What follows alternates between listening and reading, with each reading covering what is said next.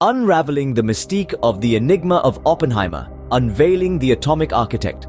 This man, a living paradox of genius and controversy, embarked on his journey in the heart of New York City, the son of a prosperous textile magnate and a painter. His childhood was characterized by an insatiable hunger for knowledge, a quality that catapulted him into the world of theoretical physics. His academic journey at Harvard and subsequently at the University of Göttingen equipped him with a deep insight into the physical universe. But it was his fascination with the ancient Hindu scriptures, the Bhagavad Gita, that truly molded his perspective of the world. These scriptures sparked in him a deep fascination for the profound, the cryptic, the paradoxical. The stage was set for the young Oppenheimer to leave his imprint on the world, yet little did he realize that his fate would be interlaced with humanity's most ominous chapters. Oppenheimer's brilliance led him to a project that would forever alter the course of human history: the Manhattan Project.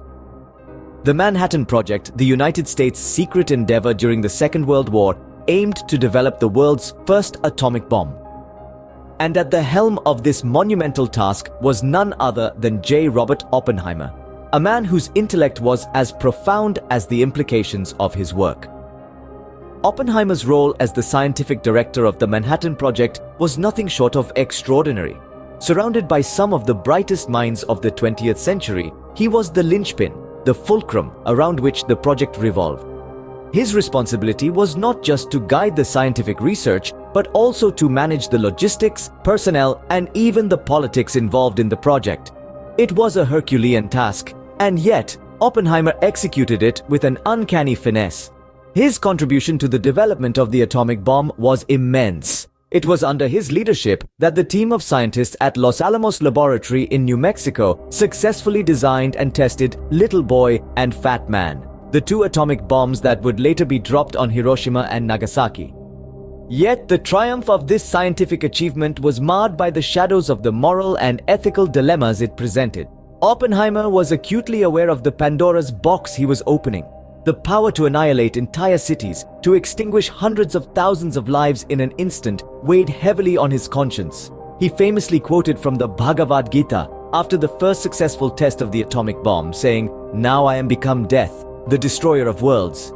It was a chilling acknowledgement of the destructive power he had helped unleash. The man of science was now the architect of destruction, a role that would haunt him for the rest of his life. This was the paradox of Oppenheimer. A man of intellect and curiosity, he had sought to understand the universe only to create a weapon that could potentially end it. The architect of destruction was born, and with him, a new era in human history. In the aftermath of the atomic bombings, Oppenheimer found himself in the eye of a storm. The mushroom clouds over Hiroshima and Nagasaki had barely dissipated when a whirlwind of political and social upheaval began to stir. The two faces of the atomic age, creation and destruction, were now laid bare for the world to see. On one hand, humanity had achieved an unprecedented scientific breakthrough. On the other, that very achievement had brought about immense devastation. Oppenheimer, the architect of this duality, found himself wrestling with a profound sense of guilt.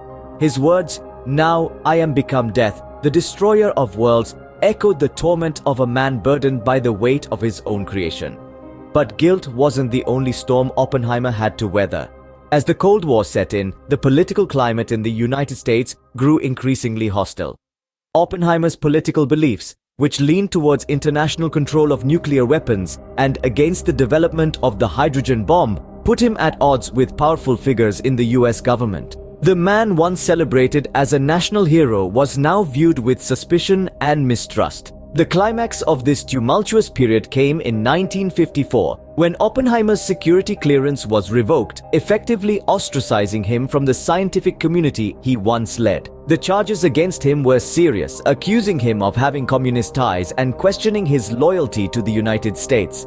The hearings that followed were a public spectacle, a dramatic fall from grace for a man who had once stood at the pinnacle of scientific achievement. The fallout from the atomic bombings and the ensuing political witch hunt left Oppenheimer's reputation in tatters. His struggle with guilt, combined with his political ostracization, marked a tragic turn in the life of a man who had once been revered. Once hailed as a hero, Oppenheimer would now face the bitter taste of public condemnation. In the twilight of his life, Oppenheimer was a man at odds with himself and the world. A paradox, if you will. He was the mind behind the weapon that had brought World War II to its devastating end. Yet he was also the voice that echoed through the corridors of power, advocating for peace and the control of nuclear energy. His later years were marked by introspection and attempts to reconcile with his past.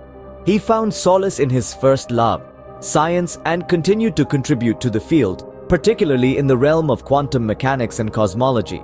His work, brimming with intellectual curiosity and profound insights, left an indelible mark on the scientific community.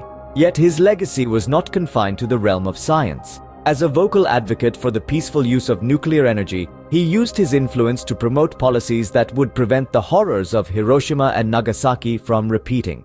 He was a paradox, a war architect turned peace advocate, a destroyer of worlds yearning for their preservation. But the world wasn't always kind to Oppenheimer. His advocacy for nuclear control and his past associations with left-wing ideologies led to him being ostracized, his security clearance revoked, his reputation smeared. The irony was not lost on him. The man who had once held the power to end worlds was now deemed a threat to national security. Yet, despite the tribulations, Oppenheimer's legacy remains a complex tapestry of scientific brilliance and moral quandary. He stands as a testament to the human capacity for creation and destruction, a reminder of the double-edged sword that is knowledge. In the words of Oppenheimer himself, "I am become death, the destroyer of worlds," a chilling testament to the power of knowledge and the price of progress. But let's not forget, he was also the man who reminded us that there must be no barriers to freedom of inquiry, for there is much to be known, and understanding and knowledge are the joy and salvation of mankind. It is this paradox that defines the legacy of J. Robert Oppenheimer.